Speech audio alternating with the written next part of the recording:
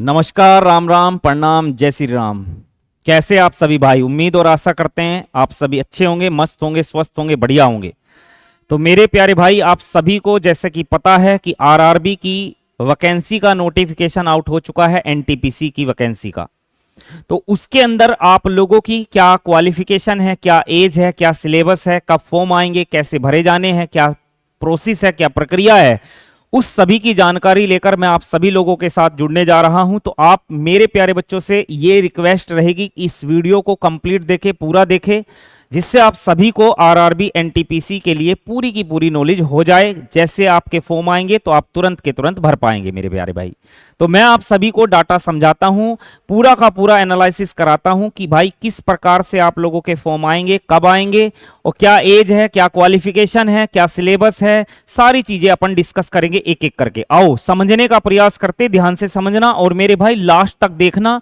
क्योंकि अगर मान लो हमने कुछ चीजें शुरुआत के 2-3 मिनट देखी और उसके बाद नहीं देखी तो आप लोगों को कंप्लीट जानकारी नहीं हो पाएगी। तो आप पूरी जानकारी लेने के लिए इसे कंप्लीट जरूर देखें। आओ मेरे बच्चे, देखो यार, सबसे पहले अगर मैं बात करूंगा इसके अंदर, तो इसके अंदर की बात करता हूं मैं, कब फॉर्म आने वाले हैं। अगर हम बात करेंगे इसके फॉर्म की, तो 14 सितंबर से फॉर्म के लिए बोला गया है, 14 सितंबर से बोला गया है, और 14 सितंबर से बोला गया है बेटे। और कब तक फॉर्म भरे जाएंगे? 13 अक्टूबर तक फॉर्म भरे जाएंगे। 14 सितंबर से स्टार्ट होंगे और 13 अक्टूबर तक इसके फॉर्म भरे जाएंगे मेरे प्यारे भाई। इसके अंदर दो प्रकार के फॉर्म भरे जाएंगे आप लोगों के। एक तो आप लोगों के ग्रेजुएशन से और एक आपके अंडर ग्रेजुएट। एक आप लोगों के 12th पास से होंगे और एक आपके ग्रेजुएशन से होंगे। ग्रेजुएट जो लोग हैं वो फॉर्म भर सकते हैं। तो मैं आप लोगों को इसके अंदर अगर बात करूं वैकेंसीज की, तो इसके अंदर टोटल जो वैकेंसीज बताई गई है वो 11,558 बताई गई है कि 11,558 इसके अंदर वैकेंसी आने वाली है मेरे प्यारे बच्चे। इसके अंदर टोटल वैकेंसी होगी 11,558 वैकेंसी। आपका मोड कैसा होगा? एप्लीकेशन का, फॉर्म का एप्लीकेशन का मोड होगा मेरे प्यारे बच्चे ऑनलाइन होगा। और इसके अंदर आप लोगों का जब एग्जाम होगा वो भी आपका ऑनलाइन होने वाला है। और आप सभी को पता है इसके अंदर दो एग्जाम बनते हैं, एक सीबीटी 1, एक सीबीटी 2। वो सारी बातें भी हम आगे डिस्कस करेंगे एक एक करके। तो यहां तो केवल मैंने आपको इतना बताया है कि मेरे प्यारे भाई इसके अंदर फॉर्म कब से स्टार्ट होने वाले हैं और कब तक भरे जाएंगे, और दूसरा ये टोटल वैकेंसी इसके अंदर कितनी है। दूसरी आगे समझते अगली जानकारी। अगर हम बात करेंगे तो 2 सितंबर को ही आरआरबी का नोटिफिकेशन आ चुका था, पीडीएफ डाउनलोड होने स्टार्ट हो गई थी।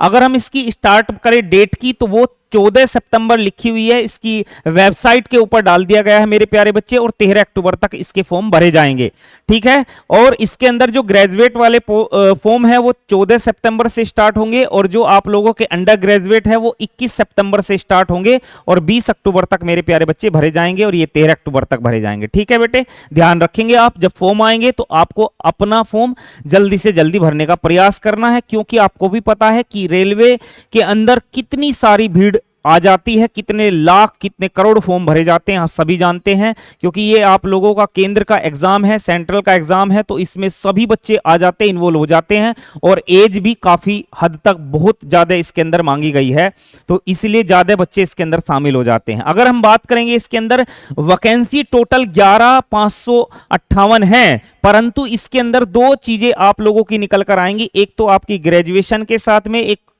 Under graduate. अंडर ग्रेजुएट अगर इसके अंदर हम फॉर्म की बात करेंगे तो 3445 फॉर्म है मेरे प्यारे बच्चे। 3445 फॉर्म है जो 12th पास आप भर सकते हैं, और जो ग्रेजुएशन वाले हैं उनके लिए टोटल फॉर्म है आपके 8113 मेरे भाई, 8113। और उसके अंदर भी अलग अलग चीजें बांटी गई हैं, जैसे जूनियर क्लर्क और कम टाइपिस्ट की है 990 वैकेंसी। तो आप इनको तो फिलहाल छोड़िएगा, यहां मैं केवल इतना बताना चाह रहा हूं कि आपके टोटल फॉर्म 11,558 है, और ये फॉर्म दो जगह बढ़ जाएंगे, एक आपके ग्रेजुएशन वालों में, एक अंडर ग्रेजुएट वालों में। ग्रेजुएशन के लिए है 8113 और अंडर ग्रेजुएट के लिए है 3445। ये बात भी आप लोगों को बढ़िया से अच्छे से समझ में आ गई होगी। अगर हम बात करेंगे फीस चार्ज की, जब आप फॉर्म भरोगे, जब आप फॉर्म भरने जाओगे, तो मेरे प्यारे भाई इसके अंदर जो फीस चार्ज है, जनरल और ओबीसी के लिए फीस चार्ज रखा गया है आप लोगों का 500 रुपए, ओबीसी के और जनरल के लिए सेम चार्ज रखा गया है। और अगर हम बात करेंगे इसके अंदर अदर की, तो एससी है, एसटी है, पीडब्ल्यूडी है, वुमेन है, एक्स सर्विसमैन है, उन सभी के लिए चार्ज रखा गया 250 रुपए। तो मेरे प्यारे बच्चे आप लोगों को पता चल गया होगा फीस चार्ज इसके अंदर क्या रहने वाला है। दूसरी बात, इसके अंदर आप लोगों के जब फॉर्म भरे जाएंगे तो उसके लिए क्या क्वालिफिकेशन आपके पास होनी चाहिए, आपके पास डिग्री होनी चाहिए, आप ग्रेजुएट हो तो आपके पास में एक डिग्री होनी चाहिए। भाई बात समझ में आ रही है। और इसके अंदर आप लोगों से भाई टाइपिंग स्किल भी मांगी जाएगी, टाइपिंग स्किल भी मांगी जाएगी, टाइपिंग प्रोफिशिएंसी इन हिंदी और इंग्लिश ऑन कंप्यूटर, कंप्यूटर पे आपसे टाइपिंग भी मांगी जाएगी, या तो हिंदी की या इंग्लिश की। तो मेरे भाई इंग्लिश कर लेना, इंग्लिश की आसान है और जल्दी हो जाती है और समय से आप उसे वहां कंप्लीट भी कर पाएंगे। ठीक है, तो अलग अलग फॉर्म के अंदर अलग अलग क्वालिफिकेशन मांगी गई है। अगर हम बात करेंगे इसके अंदर एज की, तो अगर आप ग्रेजुएशन लेवल का फॉर्म भरेंगे तो 18 से 36 है इसकी एज, 18 से 36, और अगर अंडर ग्रेजुएट भरेंगे तो 18 से 33 है। अब आप खुद सोचो कितना कंपटीशन होने वाला है इस पेपर के अंदर, कितना कंपटीशन होने वाला है भाई। इसके अंदर 30 साल वाला बच्चा भी आएगा, 35 साल वाला भी आएगा, और अभी तो एज रिलैक्सेशन भी मिलेगा, एज में छूट भी मिलेगी। तो देखो अगर एज में छूट दी गई है, ओबीसी को 3 साल की छूट रखी गई है, तो 3 साल का देते के साथ ही 39, तो 38 साल का बंदा भी इसके अंदर फॉर्म भर के आ रहा होगा। तो कंपटीशन तो बढ़िया होने वाला है। पर ऐसा नहीं है कि आप लोग सिलेक्शन नहीं ले सकते हैं, बस आप लोगों को मेहनत बहुत ही बेहतरीन करने वाली होगी और बेहतरीन से बेहतरीन करने वाली होगी। अगर आप लोगों ने कहीं भी चूक छोड़ी तो आपका खेल खत्म बेटे। अगर हम आगे बात करेंगे इसके अंदर, तो आगे हम चर्चा करते हैं ओबीसी के लिए। इसमें जो एज रिलैक्सेशन रखा गया वो 3 साल का रखा गया है, और एससी एसटी के लिए रखा गया 5 साल का मेरे भाई। और उसके बाद एक्स सर्विसमैन है, ओबीसी के, जनरल के, एससी के, एसटी के, वो सारी चीजें आगे दी गई है, वो हमारे काम की नहीं है। तो फिलहाल आगे बढ़ जाते हैं। आइएगा देखो बेटे, आरआरबी एनटीपीसी की जो सैलरी है, इसमें अगर आप अंडर ग्रेजुएट जाते हैं तो इसके अंदर सैलरी आपकी 19,900 भी है और 21,700 भी है। अलग अलग पोस्ट के लिए अलग अलग है, 19,900 भी है और आपकी 21,700 भी है मेरे भाई। और अगर हम बात करेंगे ग्रेजुएशन लेवल के जो फॉर्म है उनके लिए इसकी जो सैलरी है वो 29,200 भी है, 29,200 भी है, आपकी 35,400 भी है। तो मेरे भाई जो 35,400 है, एक तो वो स्टेशन मास्टर की है 35,400, जो स्टेशन मास्टर होते हैं उनकी 35,400 वैकेंसी कह रहा हूं उनकी सैलरी है, और दूसरा जो चीफ कमर्शियल कम टिकट सुपरवाइजर होते हैं उनकी भी 35,400 है। तो 35,400 है और 29,700 है ना, 29,700 है भाई, कितनी 29,200, सॉरी भाई 29,200। समझ आई बात। तो सैलरी तो बाद की बात है, पहले तो आप लोग फॉर्म भरेंगे, वैकेंसी आएंगी, फॉर्म भरेंगे, फॉर्म निकालेंगे, उसके बाद में आप पेपर निकालने के बाद में जब आगे जाएंगे तो वो सारी बात की प्रक्रिया हो जाती है। आओ बेटे, इसके अंदर इसका सिलेबस क्या होने वाला है। अगर हम इसके सिलेबस की बात करें, अगर हम ये बात करें कि इसके अंदर मैथ्स कितने नंबर का पूछा जाएगा, रीजनिंग कितने नंबर की आएगी, जीएस कितने नंबर की आएगी, तो केवल 3 सब्जेक्ट आते हैं, मैथ्स, रीजनिंग और जीएस। अगर हम मैथ्स की बात करेंगे बेटे, इसके अंदर 30 क्वेश्चन आते हैं और 30 ही नंबर के होते हैं, यानी एक क्वेश्चन 1 नंबर का बनता है। यहां भी आपके रीजनिंग के 30 क्वेश्चन 30 नंबर, और यहां आपके जीएस के 40 क्वेश्चन 40 नंबर, यानी कुल मिला के बात ये आ गई यहां से निकल के आपके टोटल कितने क्वेश्चन आएंगे बेटे, 100 क्वेश्चन, और आपके टोटल क्वेश्चन 100 नंबर के ही बनने वाले हैं। यहां आपके पास में 90 मिनट का आपको समय दिया जाएगा इस पेपर को सोल्व करने के लिए, 90 मिनट का आपको समय दिया जाता है। अगर हम बात करेंगे इसके अंदर सीबीटी 2 की, ये सीबीटी 1 है, अगर आप इसे पास कर जाते हैं तो आपके पास सीबीटी 2 आएगा। सीबीटी 2 के लिए आपके पास में जो मेरे प्यारे बच्चे 35 क्वेश्चन मैथ के होंगे, 35 नंबर के होंगे, 35 ही रीजनिंग के होंगे, 35 नंबर की रीजनिंग होगी, 35 क्वेश्चन है, 50 क्वेश्चन होंगे, और यहां 50 नंबर की ही जीएस होगी, यानी टोटल इसमें 120 क्वेश्चन होंगे और 120 नंबर के होंगे। और यहां भी बेटे मजा यह है 90 मिनट का समय दिया जाएगा, यहां भी 90 मिनट है और यहां भी 90 मिनट, यहां 100 क्वेश्चन के लिए 90 मिनट होगी, यहां 120 क्वेश्चन के लिए 90 मिनट आपको दी जाएगी। ठीक है, तो समय कम नहीं है, समय तो बहुत है, कोई दिक्कत वाली बात नहीं, क्योंकि आपको पता 50 क्वेश्चन तो आपके ओरल रहेंगे जिसमें आपको कुछ लिखना नहीं है, कुछ करना नहीं है। अगर आपकी चीजें याद हैं तो आप फटाफट करते जाएंगे, नहीं याद है तो मेरे भाई उसमें तो आपको सोचना ही नहीं है। आइए आगे समझते हैं।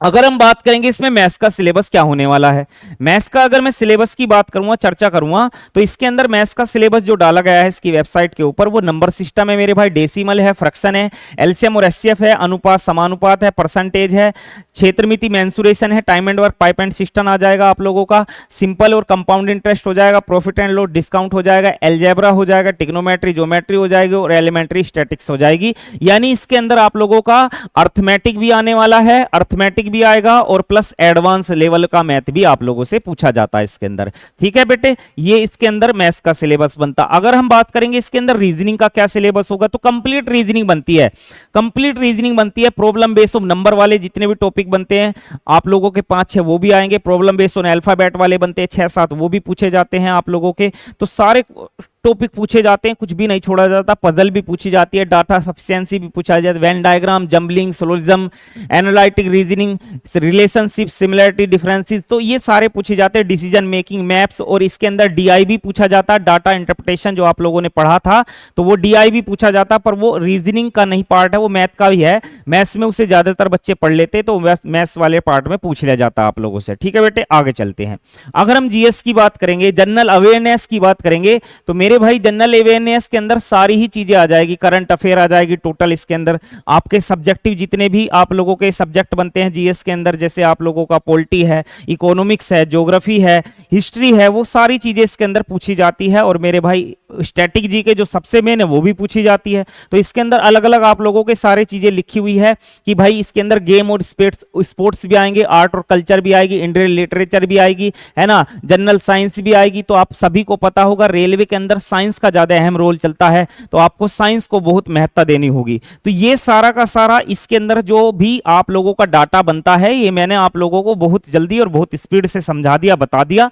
ज्यादा इसमें समझने का प्रयास करने की जरूरत नहीं है। आप लोगों को 3 सब्जेक्ट तैयार करने हैं, मैथ्स तैयार करना है, रीजनिंग तैयार करनी है, जीएस तैयार करनी है, और बढ़िया लेवल के तैयार करने, क्योंकि कंपटीशन 1 नंबर का होता है इसके अंदर, ध्यान रखना, बेहतरीन वाला कंपटीशन। और फॉर्म भी अच्छी खासी मात्रा में भरे जाने वाले, भले ही आप लोगों की वैकेंसी 11,558 है, परंतु फॉर्म भी बहुत अच्छी मात्रा में इसके अंदर जाने वाले हैं। तो फॉर्म देखकर घबराने की कोई जरूरत नहीं है। जब आपको पता है फॉर्म भरे जाएंगे, तो उसके अंदर काफी सारे फॉर्म ऐसे होंगे जो बालक वास्तव में कुछ है ही नहीं, वो भी बस ऐसे ही फॉर्म भर देते हैं कि भाई एक बार देख लेंगे पेपर में आएगा क्या, कैसे आएगा, क्या होगा, वो सारी चीजें।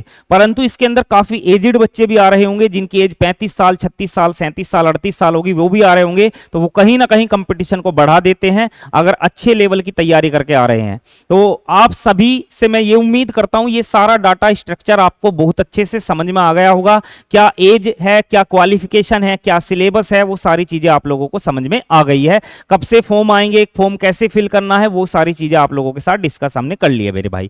क्या आप लोगों के लिए क्वालिफिकेशन है वो सारी बता दी, ग्रेजुएशन वाले कितने फॉर्म हैं, अंडर ग्रेजुएट कितने फॉर्म है, वो सारी मैंने बातें आप लोगों को समझा दी है। तो आप सभी से निवेदन है इस वीडियो को आप सभी साथियों तक शेयर करिएगा, क्योंकि इसमें तो कोई मेरिट नहीं लग रही है ना। तो कई बच्चे होते हैं कि भाई यार मेरिट की वीडियो मैं नहीं शेयर करूंगा, ये है वो है, तो इसमें आप लोगों की कोई मेरिट नहीं बन रही है। ये वीडियो आप दबा के शेयर कर सकते हो अपने सभी साथियों को, यारों को, दोस्तों को। और आप सभी लोगों से हम बहुत जल्द YouTube पर मिलने वाले हैं मैथ्स के पूरे सिलेबस के साथ में, जिसमें मैं आपको पूरा मैथ्स समझाने वाला हूं, पूरा मैथ्स सिखाने वाला हूं, पढ़ाने वाला हूं, कराने वाला हूं। तो वो भी वीडियो आप लोगों के सामने बहुत जल्द आने वाली है सारी चीजें।